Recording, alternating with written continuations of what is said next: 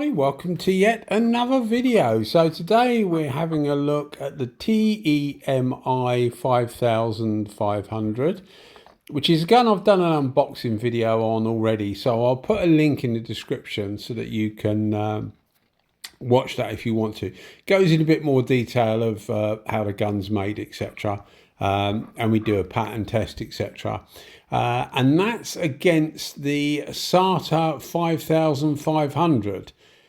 Both of these are supposed to be RPs. I say supposed to be because in the case of the Sata, you can expect it to be an RP, and it is an RP. In the case of the TMI, to be fair, sometimes they put HVLP on them, sometimes they put RP on them, and they are exactly the same. The cap and the tip is exactly the same. Now, a couple of people have said, when they saw the original unboxing video of this, a couple of people have said there's a gun that looks very similar to it called an Ntools. I think it's a G5 or a G6. Whether it's available where you are or not will depend, obviously, where you are, because some of these things, like people say to me, can you send me a link or whatever, and it just doesn't work for them because it's not available in your area. So with something like AliExpress, which is where I get most of this type of gun from, and most people will, it does depend where you are as to what you're able to get. So obviously the idea of putting these two against each other is quite obvious in that the TEMI is so I say TMI, I'll say TMI, it's quicker. The TMI is effectively a copy of the 5500. Now, when I did the unboxing video, a couple of people also got these guns, and they've done a bit more research than me in that they've taken like parts off the gun to try it against original equipment parts, and it is a very, very good copy. It's everything is more or less the same.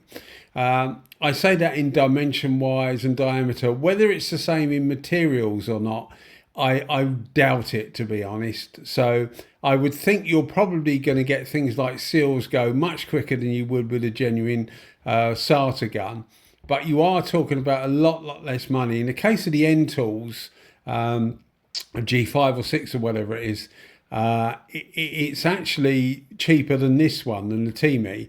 The difference between the two, and it's quite a marked difference. Some people have said to me that they've got the Ntools and they thought it was okay, but not, not brilliant. And they're all okay, to be fair. But a lot of people want more than okay, which is the whole idea of doing these videos, I guess. The Ntools version has a tip with 6 holes in it. So you have the center tip, which is obviously where the needle goes in, and you have 6 holes around the outside. With this, it has more holes. So people have asked me, do you think it would make any difference? And the answer is yes, absolutely, it would make difference, because guns that I've got that are this sort of design and style tend to have more holes around the outside if the idea is to get some kind of finer atomization. So I think they're probably, in the Ntools, they're probably just buying a tip that getting a tip that already exists, and not going the extra mile that the TMI seems to have done. Now, most of these guns, if not all of these guns, are going to be made in the same factory. As far as I know, there's only 2 or 3 big factories in China that make these spray guns, and they come out all sorts of different colors with all sorts of designations on them, and effectively they are all the same. One might be an Ntools, one might be a TMI, although, as I say, there is actually a difference there. So I'm guessing that it'll be the spec that you want it made to will dictate what tip you get and things like that. So there are going to be some differences to these guns, but not a huge amount. So the idea of this is obviously to compare it to the original gun. We're using a U-POL clear coat, which is my normal cheap clear coat. It's a clear coat I often use for comparisons because it's harder to spray than many. which I think makes the gun work harder. And as I've said before, I think that's the whole idea of it. So I'm trying to keep it consistent in that if we work with all of it, there will be some comparison videos I do where I change the clear coat, and that's because I know that I can get a really good finish with the gun if it's got a better quality clear coat, and that's normally the finer atomizing guns. Now, the standard X5500 RP, I wouldn't put down as one of the finest atomizing guns I've got. The CC version, yes, but you actually use that differently as well. But the standard version, no. I think it's designed more as a production gun, so you can give it lots of use and it will stand up to that use, and it will give you a finish that you'll be able to either get a fine peel or a more coarser peel, depending what you're actually doing in a setting where normally where other people are doing the preparation work for you.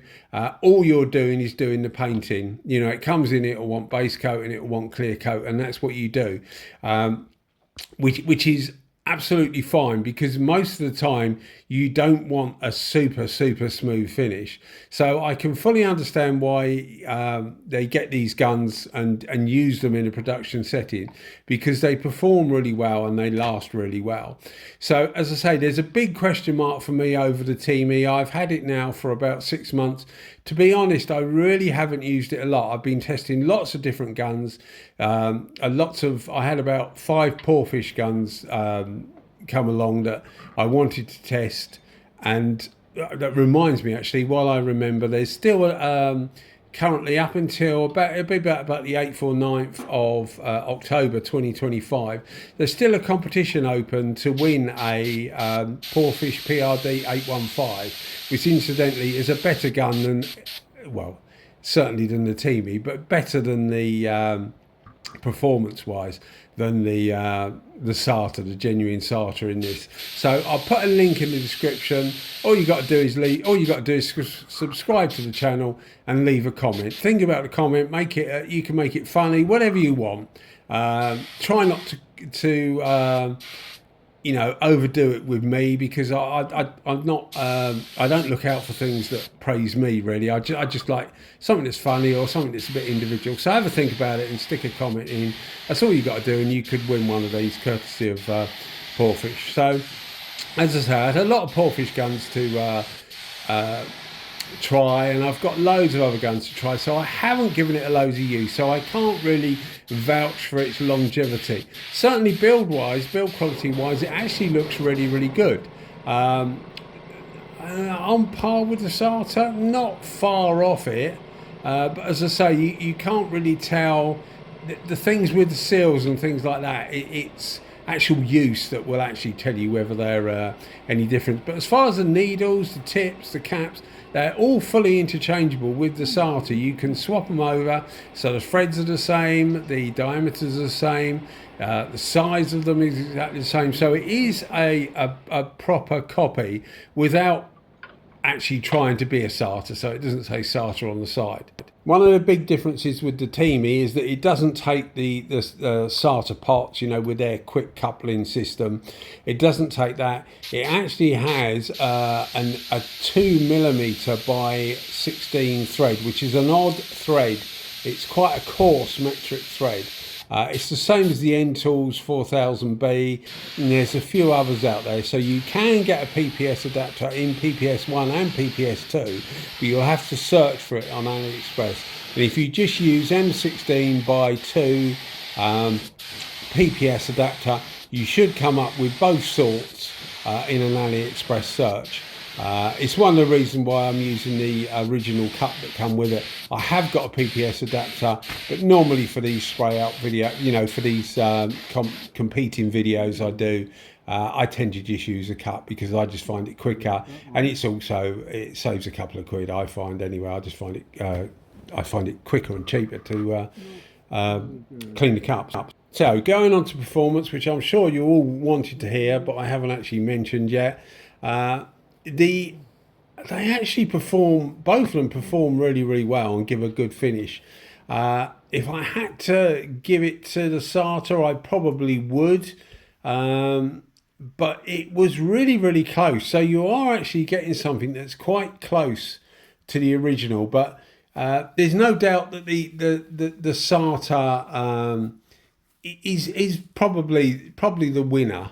But once you start to take into account money, and I know a lot of people watch these videos from places like Brazil. I know quite a few people watch them in Brazil and in other countries as well, in South America, where the import duties are actually quite high.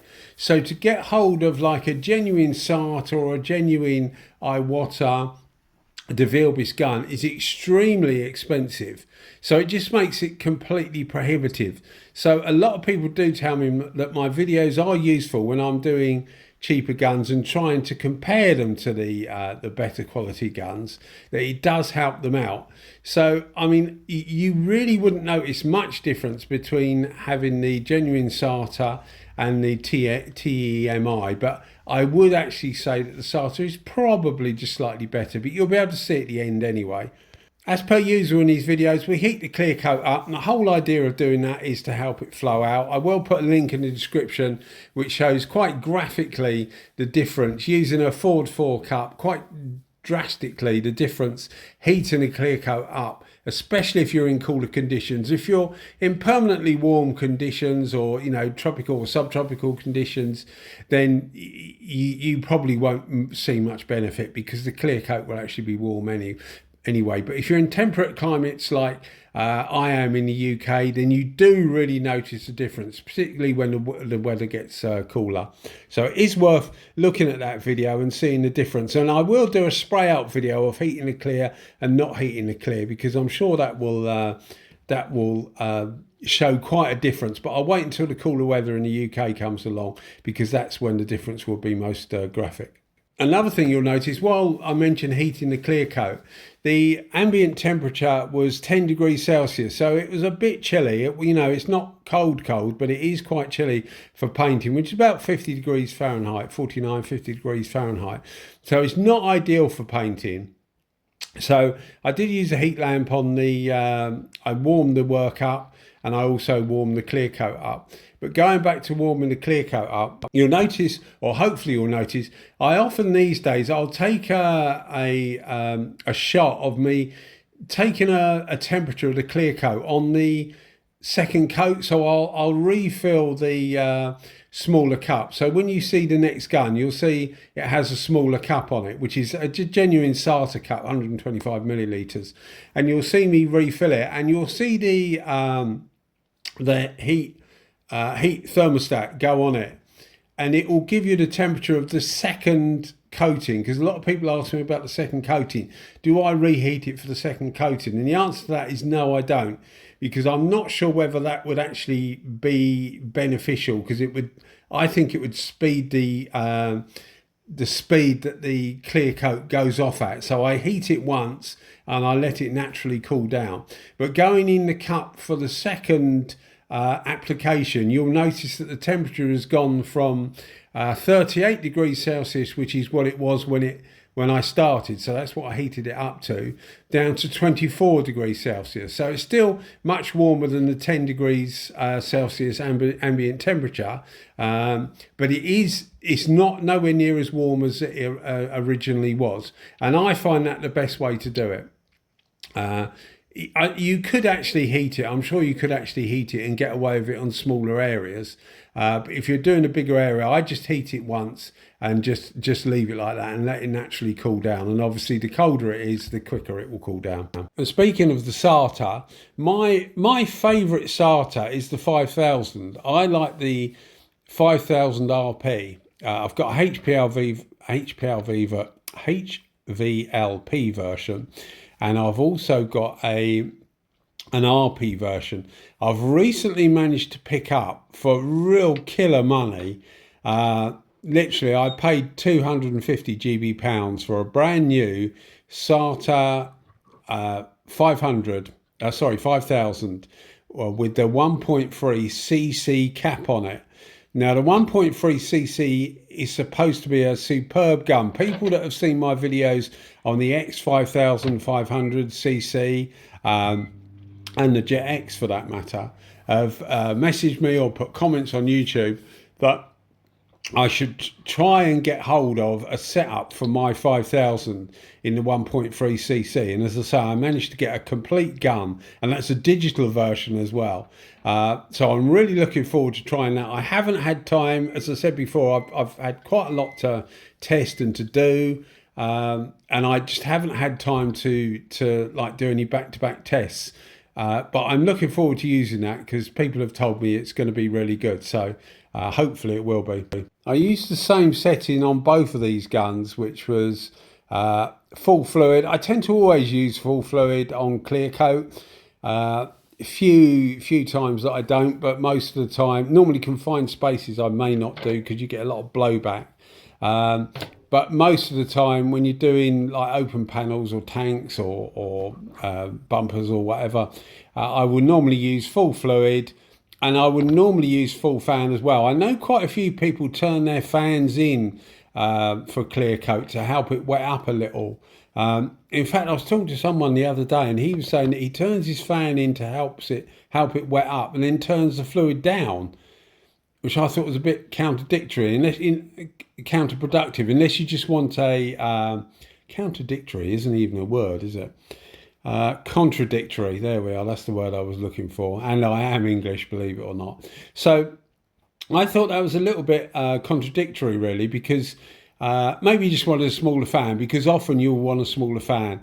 And then if you do turn the fan in, you'll find that it gets extremely wet and you need to back the fluid off. But most of the time, as in this video, I'll be full fan, full fluid. I always like to let the fan fully open, because I think once you start, how it works is you've got like a small rod normally with a rounded end, and it disrupts the airflow, and that's what gets the fan smaller. And I always think that that's not an ideal thing to do, because I like to let the air flow. And there's quite a few people that agree with me on that. So yeah, full fan, full fluid. Pressure was between 2 and 2.1 bar. A lot of people will tell you with the Sartas, and the same goes for the TMEI, when you put the pressure up, you can get a really nice fine finish, and a lot of people will do that. I've heard people using these Sartas at 2.5 bar on the digital gauge, or if you've got a regulator at the bottom of the gun, 2.5 bar. And they do tend to hold their pattern okay. The thinner the material, the more the pattern would deteriorate. So if you've got something in there that's quite thin, say a medium solids clear, at 2.5 bar, you'll probably find that the fan will start to separate. And by that I mean you will get a heavier top and a heavier bottom, and it will be lighter in the middle. And you've gone too far then, because you need to get a nice even pattern. Because that's how you get an even finish, and you keep your overlap to whatever you want. Normally I try for about 50% in clear coat. You just have to react to whatever you're seeing, and you'll get a better finish. So I mean, a couple of people have said to me that they've got a new gun, it doesn't matter what it is, anything it can be, and they think they've got a problem with it because the fan is separating. And when you inquire a little bit more as to what they've actually put through the gun, they've got it brand new. They're not going to use it yet, but they just want to see if it works. And they put thinners in it, or sometimes water, but often thinners. So if you're putting thinners or reducer in the gun, it's actually very, very thin.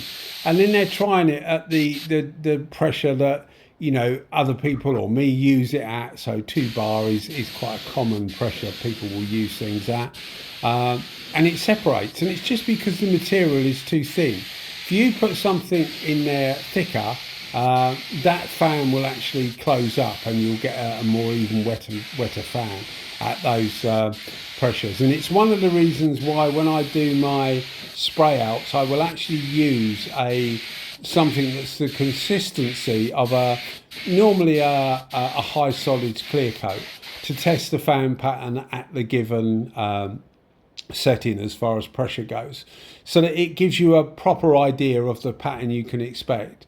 And you'll rarely see it separate. And sometimes if you see my videos, you will see the pattern separating, where I've got a new gun and I'm not too sure about it, and I'm doing a video about it, and I will often just bring the pressure down slightly just to bring that pattern together, because it's a little bit too high for the gun, for the material I'm using.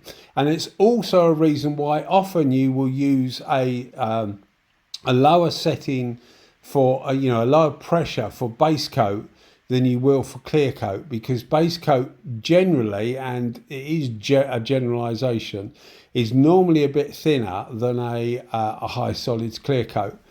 So it just keeps the pattern together, and also you don't need base coat on super smooth. In fact, I think it's better not to get it on super smooth and then get a smooth finish with a clear coat, because it gives the clear coat something to grip, in my opinion, because you don't sand base coat. Once it's on, you just put the clear coat on normally as soon as the base coat is dry, so that you can it reacts and bonds properly.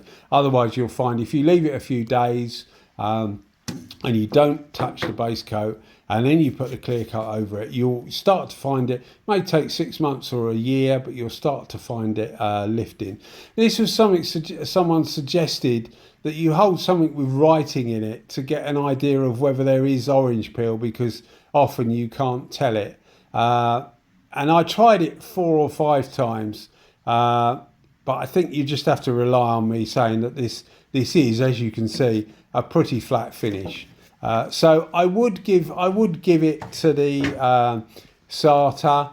I'm a bit of a tool buff, so when I use a tool, I find it rewarding to use a quality tool, and obviously I'm not getting that with the TMEI, although you do think to yourself it is actually quite good value for money.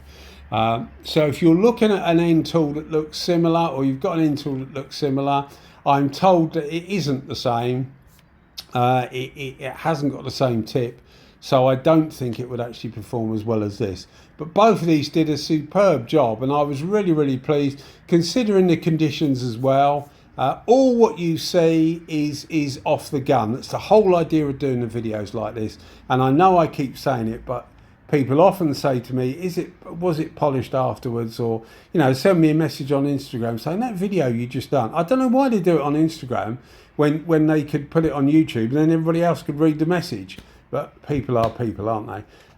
There's a few nibs in it, as you would expect. But as I say, it is off the gun, so everything you see is how it actually turns out. We haven't touched it in any way. This was the following day, because the weather wasn't exactly helping out. It was raining effectively, so I had to wait till the next day. So any initial dieback has gone. You can see both of them give a superb finish. But I think, and hopefully you can see on camera, that I think the Sata did a slightly better job, although it should do, because it's a lot more money. Anyway, guys, thanks as always for watching the videos. You keep watching them, I'll keep them coming. Don't forget to enter the competition, and thanks for watching. Bye bye.